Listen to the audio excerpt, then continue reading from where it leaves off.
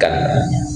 Maka sampai sahabat Hudzaifah menyatakan, kalau kamu mati sholatnya model begini, kayaknya kamu tidak mati Islam nanti. Tidak dijamin ini matinya dalam keadaan baik nanti. Sampai seperti itu ya. Artinya yang sholat pun juga masih perlu berhati-hati, apalagi yang tidak sholat gitu ya. Apalagi yang tidak sholat, itu lebih berbahaya lagi gitu. Maka kata Sayyidina Abdullah Haddad menyatakan, aktsaru ma yarji'ul iman minal abad, kebanyakan pencabut iman dari seorang hamba itu sebabnya adalah tarkus sholat, jika dia meninggalkan sholat.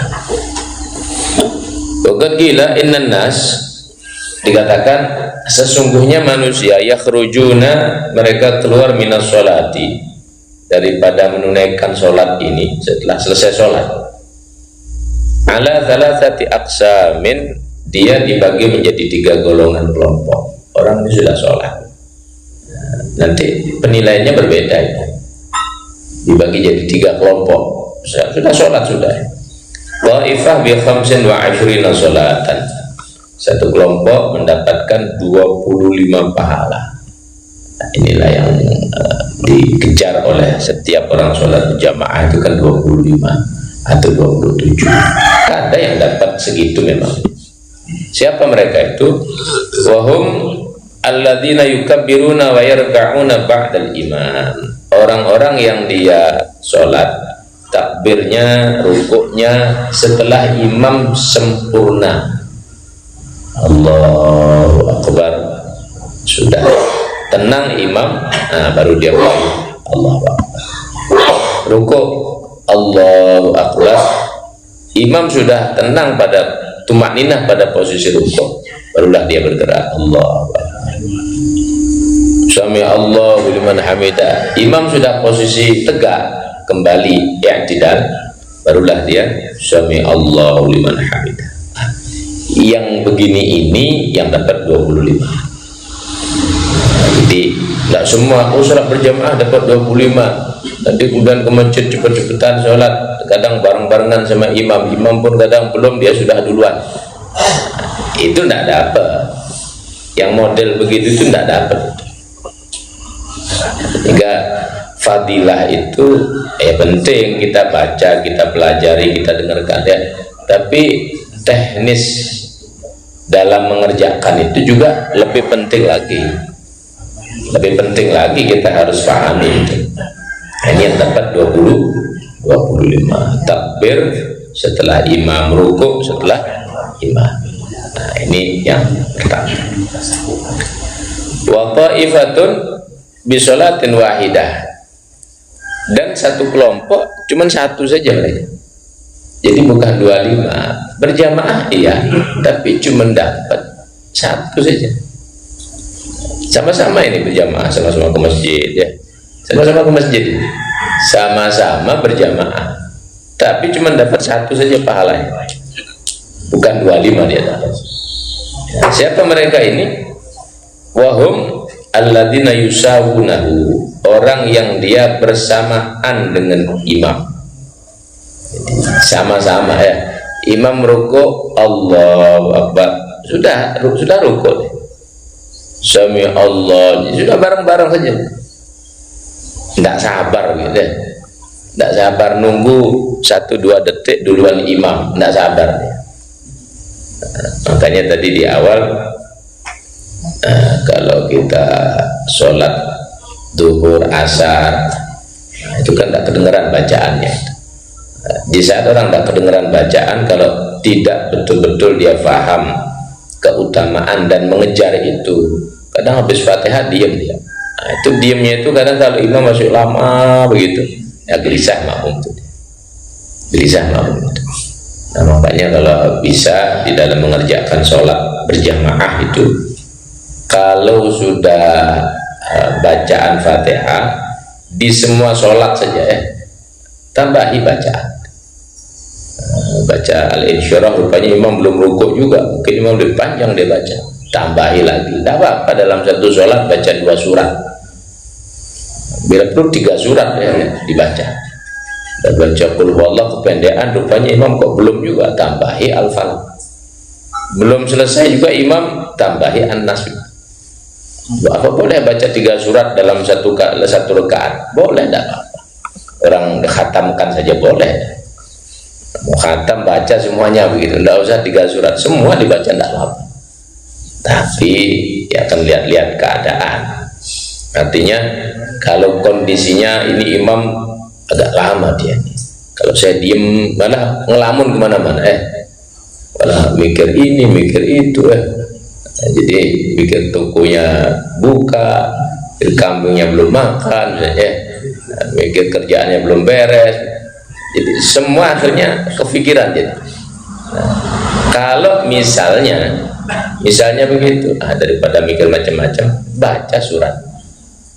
Ini makanya lama ini baca surat begitu caranya. Karena kalau misalnya kita tidak demikian, akhirnya nunggu imam tergesa-gesa, jadinya bareng-bareng gitu. Wah, imam lama rukunya, nanti pas mau Allah sudah duluan nih. Jadi sudah berbarengan itu aja. Jadi bareng-bareng imam ruku, Allah Akbar, sama ruku persis, dan menyamai gerakannya imam. Ini cuma satu saja fadilahnya, walaupun sama-sama jamaah. Sehingga sekali lagi ngejar fadilah itu penting ya. Saya dengar orang berjamaah 25, iya betul, cuman caranya yang benar juga. Jadi cara berjamaah yang benar juga. Wa ta'ifatun bila sholatin, dan satu kelompok lagi tidak dapat fadilah sama sekali, gugur saja, tidak ada nilai, tidak bernilai sholatnya dia, cuman dianggap gugur sudah. Seperti orang mau masuk kantor tuh absen saja habis itu pulang, ya dianggap ada, tapi kan tidak di sana dia kan begitu. Hanya kalau misalnya nanti malaikat nunjukkan keadilan catatannya, nanti tidak bisa kita berargumentasi. Buktinya ada, cuma malaikat kan punya catatan lain juga. Itu kan catatan resmi di sana, di buku absen. Ini catatan malaikat beda rupanya. Jadi punya nanti malaikat itu. Artinya gugur saja. Sedang gugur masuk, ya sudah, habis itu pulang, gugur masuk, pulang, ya. Jadi seperti itu saja model. Begitu juga orang yang sholat, dianggap sudah gugur sholat, selesai. Iya memang, sholat zuhur selesai, sholat asar selesai, tapi tidak dapat fadilah sama sekali, kosong, tidak dapat. Siapa mereka? Wahum alladzina yusabiqunal imam, yang mendahului imamnya. Imam belum rukuk baru Allah sudah duluan itu. Ya sah, kalau dari fikih sholatnya sah, bukan tidak sah. Karena mendahului imam itu yang tidak sah kalau 2 rukun. Ini baru satu rukun, ya sah. Cuman tidak dapat apa-apa, sudah kosong. Ini kan harus kita tahu yang begini. Jadi biar nanti sholatnya kita tidak sembarangan ya. Karena memang semua orang berharap ada tenang, ada mutmain ya, ada fadilah, ada berkah. Semua orang berharap gitu. Cuman kalau modelnya kita mengikuti yang model ketiga ini, ya sudah lewat saja. Sekarang kalau sudah tahu di dalam mempraktekkan ibadah sholat, khususnya yang berjamaah, praktekkan. Ya biari sudah imam misalnya lebih dulu sudah rukuk misalnya, sudah baca subhan rabbil azim, kita baru rukuk. Nanti sami Allah liman hamida rabbana lakal hamd, imam sudah baru kita balik sami Allah. Caranya begitu. Kalau begitu jelas-jelas dapat fadilah itu. Bahkan yang diharap 25 ataupun 27 pada riwayat yang lain itu dapatlah kita nanti. Sami'a ba'du ahli hadis ma yurwa fil hadis sahih anhu sallallahu alaihi wasallam min qawlihi ama yakhsha alladhi yarfa'u ra'sa qabla al-imam an yuhawwil Allah ra'sahu ra'sa himar. sebagian ya muhaddits yang pakar di sini di dalam meriwayatkan hadis sahihnya, didengarkanlah oleh murid-muridnya, oleh orang-orang, didengarkan hadis yang berbunyi, tidakkah seseorang itu takut, yaitu orang-orang yang mengangkat kepalanya sebelum imam mengangkat, Allahu Akbar atau rukuk gitu ya, sebelum imam rukuk dia rukuk, atau sebelum imam i'tidal sudah i'tidal duluan, sebelum imam bangun dari sujud, sujud duluan. Orang yang demikian itu apakah dia tidak takut Allah akan rubah kepalanya itu menjadi kepalanya keledai, menjadi kepalanya keledai, dan seorang itu berharap gitu ya, atau akan terjadi, jadi mengangkat kepalanya sebelum imam. Wa kana yastab'idu dzalika wa annahu la yakun, dan seseorang itu benar-benar berharap bisa menjauhi perkara tersebut dan tidak terjadi gitu. Harapannya seperti itu kalau memang difahami ini hadis. Summa innahu tahawala ra'su dzalika rajul ra'sa himarin, tapi ketika ditentang itu, jadi melakukan mendahului, tidak menjauhi perkara tersebut, akhirnya Allah rubah kepalanya jadi kepala himar. Falamma kana dzatu yaumin, tatkala satu waktu, wa kana yuhadditsu talibin min wara'i hijabin wa lam ya'lam ahadun lima waqa'a lahu. Dan ini orang, bulan ini satu contoh kasus ya. Jadi orang yang melakukan perkara tersebut, dia ngajari santri-santrinya, ngajari santri-santrinya dari belakang satir. Orang dari semua santrinya itu tidak tahu kalau sesungguhnya yang ngajar ini kepalanya sudah berubah jadi himar, kepalanya sudah berubah jadi himar. Falamma kana dzatu yaumin talaba minhu ba'du man yatlubu minhu al-hadis.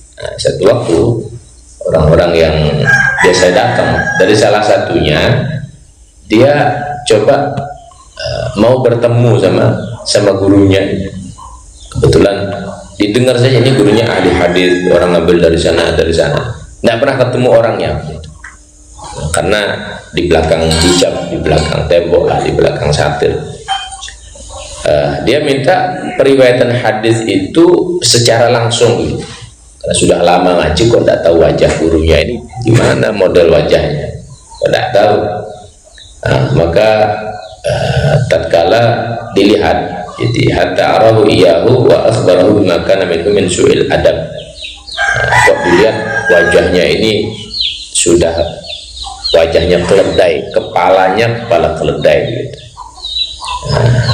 Maka dia ceritakan, saya begini ini karena saya su'ul adab di dalam syariat ini, dan inilah menjadikan ibtila ataupun ujian sehingga Allah jadikan kepala saya seperti ini. Kasus ini rupanya bukan hanya cerita dongeng.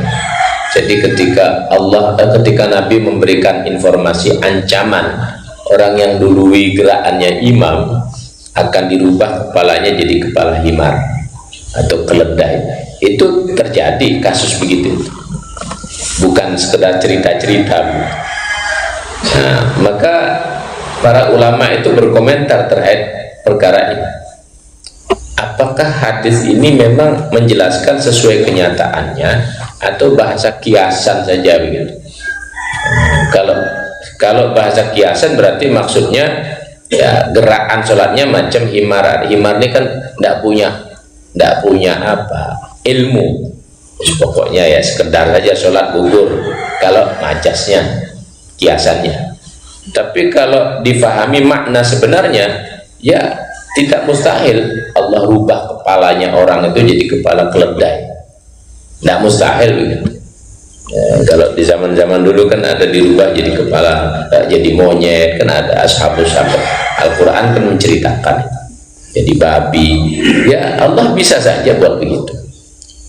Allah bisa buat begitu. Jadi tidak mustahil perkara-perkara demikian. Maka ancaman ini ditegaskan oleh Nabi.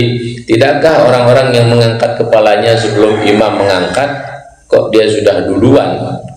Tidakkah dia takut Allah rubah kepalanya seperti kepala keledai? Berarti tidak patuh sama pimpinannya, gitu ya. Tidak patuh sama imam yang dia sudah percaya, sudah ditunjuk, tapi tidak patuh, gitu. Ancamannya seperti ini. Nah, ini diantara. Baik. Amal katsir min salaf yaktasiluna likulli fardin la siyama al-maghrib. Amal ataupun perbuatan kebanyakan salaf itu, orang-orang dulu itu, mereka itu mandi setiap sholat fardu. Sebelum sholat itu mandi, lebih-lebih sholat maghrib itu pasti mandi. Artinya habis kerja pulang-pulang tinggal wudu saja habis sholat. Tidak begitu orang-orang dulu ya, pasti dia mandi. Begitu tradisi amalan. Min jumlatihim Abdurrahman bin Syekh Ali wal Habib Abdullah al-Haddad fi awali amrihi. Nah, ya kalau di sini dicontohkan karena penyusun kitab ini juga dari kalangan dzurriyyah Rasulullah, ya contoh-contoh yang dilihat ya, daripada guru-gurunya, daripada sesepuh-sesepuhnya. Nah, kebanyakan termasuk di sini Habib Abdurrahman bin Syekh Ali Habib Abdullah al-Haddad yang menyusun wirid latif. Nah, jadi kalau mau sholat ya mandi dulu, sholat zuhur mandi dulu, nanti mau sholat asar mandi lagi, mau sholat maghrib mandi lagi, mau sholat isya mandi lagi. Ya memang beda, orang kalau mau sholat tuh mandi dengan tidak mandi itu beda ya. Segernya badan ini mempengaruhi kekhusyuan. Segernya badan ini mempengaruhi daripada ketenangan, daripada tadabbur kalau kita kerjakan.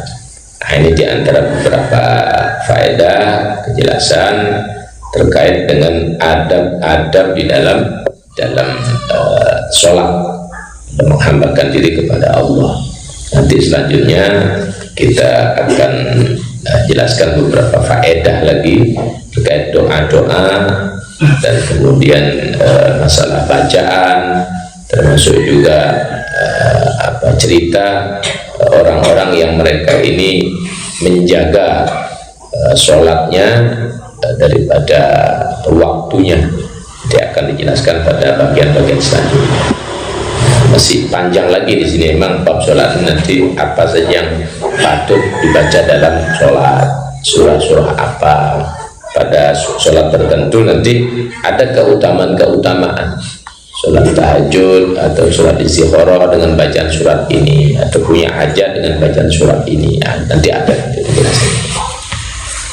Baik, kita akhiri. Mudah-mudahan apa yang saya sampaikan bermanfaat, dan mudah-mudahan kita diberikan istiqomah mengaji untuk tersambungnya keberkahan hidup dalam kehidupan ini, dan keberkahan ini mudah-mudahan untuk keluarga kita semua, anak-anak kita, termasuk masyarakat kita semuanya. Al-Fatihah. Bismillahirrahmanirrahim.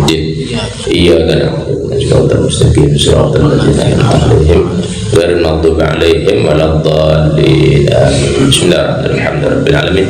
Allahumma shalli wa sallim ala sayyidina Muhammad wa ala sayyidina Muhammad. Rabbana fa'alna ma 'allamtana, rabbi 'allimna alladhi yanfa'una, rabbi faqihna wa faqih ahlana wa qarabatil lana fi din ma'alikul sawadika rabbi fi ma'alikal fi'lan karama warzuqil kulla halalan da'iman wa akhiran ya'ulana kulla syar.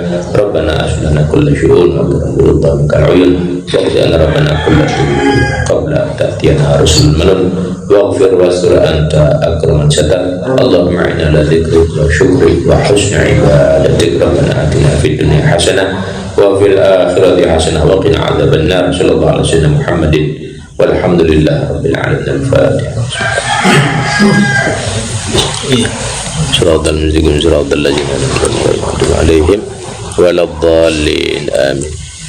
Sebelum diakhiri, barangkali ada yang mau sharing, ada yang bertanya di sini. Untuk pengajian tadi malam itu besok digeser ke malam Kamis ya, yang di Gerombong. Nanti untuk Darussalam insyaallah yang berikutnya ya. Sudah kemarin saya ada masalah di mobil saya itu, jadi tidak bisa atur schedule waktu. Jadi akhirnya libur dia malam, jadi nanti dipindah malam Kamis untuk di Gerombong di Pak Agus ya, Bos Adnan. Baik, sebelum saya akhiri, ada yang mau bertanya silahkan. Assalamualaikum warahmatullahi wabarakatuh. Waalaikumsalam warahmatullahi wabarakatuh. Ada tentang sholat, saya sampai meninggal pun bahasan masalah sholat kita tidak bakal habis sampai ke kesempurnaan dalam sholat. Kemudian dalam prakteknya kita melaksanakan ibadah sholat, masih banyak sekali rasanya selama ini kita sholat kekurangan dan seterusnya, terutama masalah kita belajar tentang bagaimana untuk mencapai kehusuan dalam sholat. Kemudian apakah kekurangan kealpaan dalam kita sholat, Ustaz, apakah ada keringanan dari Allah Subhanahu wa Ta'ala atas kealpaan kita dalam sholat, lupa kekurangan itu karena kita masih posisi dalam belajar dan belajar tentang sholat. Apakah kita sebelum sholat itu niatkan kita sholat masih dalam tahap belajar, kekurangan apakah Allah Subhanahu wa Ta'ala meringankan, ada ditutup sama Allah kekurangan karena kita masih posisi belajar, Ustaz. Seperti itu. Baik. Harus kita sadari semuanya saja ini kita berproses ya, harus disadari. Artinya tidak ada manusia seorang pun kecuali Rasulullah yang sempurna dalam mempraktekkan perintah-perintah Allah. Tidak ada ya, tidak ada. Bahkan malaikat pun berkata begitu ya, Maha suci Engkau ya Allah atas pujian yang Engkau pujikan atas dirimu sendiri. Kami ini tidak bisa memuji Engkau, menyembah Kau dengan sebenar-benarnya penyembahan, dengan sebenar-benarnya pujian. Belum bisa kami ya Allah. Jadi pengakuan itu menunjukkan bahwa kita ini tidak sempurna. Malaikat saja tidak sempurna ya. Jadi apalagi kita. Nah, maka apakah Allah memaafkan kealfaan, kekurangan kita? Ya pasti Allah memaafkan, pastinya. Cuman tetap harus dibarengi dengan proses belajar lagi. Karena bab ini memang kalaulah dikasih umur 100 tahun, 200 tahun, banyak sekali bab ini ya, yang belum kita kaji untuk dipraktekkan jadi sempurna. Kalau orang berkata begini, itu sholat bab itu saja, coba suruh jelaskan ya, atau jawab paling baru 5% dari 100% bagian ya, paling 5%, 10%. Artinya banyak sekali bab ini yang perlu diketahui, dipelajari. Dan semakin kita belajar, semakin kita merasa ternyata selama ini saya keliru, ternyata selama ini saya belum pasti mengerjakan, ternyata selama ini saya masih salah. Nanti kan begitu ya. Artinya kalau dikembalikan ke kesadaran itu dan harapan ampunan, insya Allah Allah itu Maha memaafkan. Yang penting tetap ada niat belajar. Jangan putus ya, jangan putus ya, terus belajar saja. Saya kira seperti itu. Assalamualaikum warahmatullahi wabarakatuh. Ini pertanyaan titipan dari teman sendiri. Jadi dia ingin mengetahui apa yang bagaimana yang disebut sholat. Karena selama ini yang dia kerjakan itu hanya tata caranya aja katanya, yang dimulai dengan niat dan diakhiri dengan salam. Iya. Beliau ingin tahu yang bagaimana namanya sholat itu. Iya. Baik. Yang bagaimana sih yang namanya sholat gitu ya? Iya. Ini bisa dilihat dari beberapa pandangan. Kalau pertanyaannya muncul terkait dengan tuntunan thariqah, itu maka lebih dalam jawaban. Tapi kalau pertanyaan ini kita lihat dari sudut pandang syariat zahirnya, ya Nabi mengajarkan gerakan-gerakan. Intinya sholat yang bagaimana sih yang namanya sholat? Kalau saya awali dengan istilah sholat itu secara bahasa terambil dari akar wasolat, sholat dan as-silah gitu ya. As-sholat as-silah, silah bukan silah, silah pakai sholat. Sholat ini adalah penyambung, intinya begitu. Nah, menyambungkan diri ini ada cara zahir. Nabi ajarkan takbirnya bagaimana, rukuknya bagaimana, i'tidal sujudnya bagaimana, bacaannya bagaimana. Nah, itu sholat secara zahir. Dia harus dikerjakan juga begitu. Nah, kalau kita tidak mengerjakan begitu, ya berarti menyalahi. Tapi secara sempurna, kalau pada tingkatan lebih ini lagi, ada tadabbur, ada fokusnya pikiran, dan juga tumakninahnya hati di dalam kita melaksanakan penyembahan itu. Nah, itu lebih jauh lagi. Namun teori ini, perkara ini tidak bisa dikerjakan bagi orang yang hanya belajar teori-teori, nanti walaupun tinggi teorinya tidak bisa mengerjakan, kecuali dia sendiri harus punya praktek yang terus menerus, dan dia sendirilah yang bisa merasakan, bukan cerita-cerita. Karena kalau dibahasakan, ini loh sholat yang betul ini seperti ini, akhirnya dia membatasi dirinya daripada orang lain. Ini loh maksudnya agama ini loh. Kalau berbicara maksud agama, pasti ulama lebih tahu, pasti ulama lebih tahu, karena ulama ini dia dapat tuntunan zahir batin. Kalau bicara agama, artinya kan tidak bisa diwakilkan agama ini kepada si A. Oh, si A ini ngomong bener kan? Nah, dilihat dulu si A ini ulama atau bukan. Kalau dia ulama, bolehlah dia berbicara agama, tapi tidak bisa dikatakan mewakili. Karena kalau mewakili penyampaian ajaran agama, yaitu harus ulama yang kesohor gitu ya. Maka artinya dari jawaban saya ini, dari banyak sudut pandang pertanyaan itu bisa dijawab. Namun bagi kita yang ya gitu ya, termasuk saya, kita anggap pemula saja kita ya, anggap pemula. Zahirnya ini jangan sampai lepas. Rukun sholatnya harus, ya begitulah sholat yang dinamakan sholat. Ya, rukunnya, batal-batalnya jangan ditinggal, makruhnya jangan dikerjakan. Itulah yang dinamakan sholat itu. Dan kalau orang nanya, nanti dia pertanyaannya mengarah kemana itu? Jadi dari maunya dia mau dapat jawaban secara thariqah atau secara syariat. Kalau secara thariqah, dia sholat yang didasari dengan tujuan hati ini tersambung kuat gitu ya. Hatinya tersambung kuat, pikirannya tersambung kuat gitu ya. Ya sudah, Allah saja sudah. Nah, cuman teori seperti ini, apakah seorang bisa mempraktekannya? Belum tentu. Teorinya bisa saja ngomong sholat yang thariqahnya begini. Kalau begitu kan cuma syariat saja ya, ngomong begitu bisa-bisa saja, bisa-bisa saja begitu ya.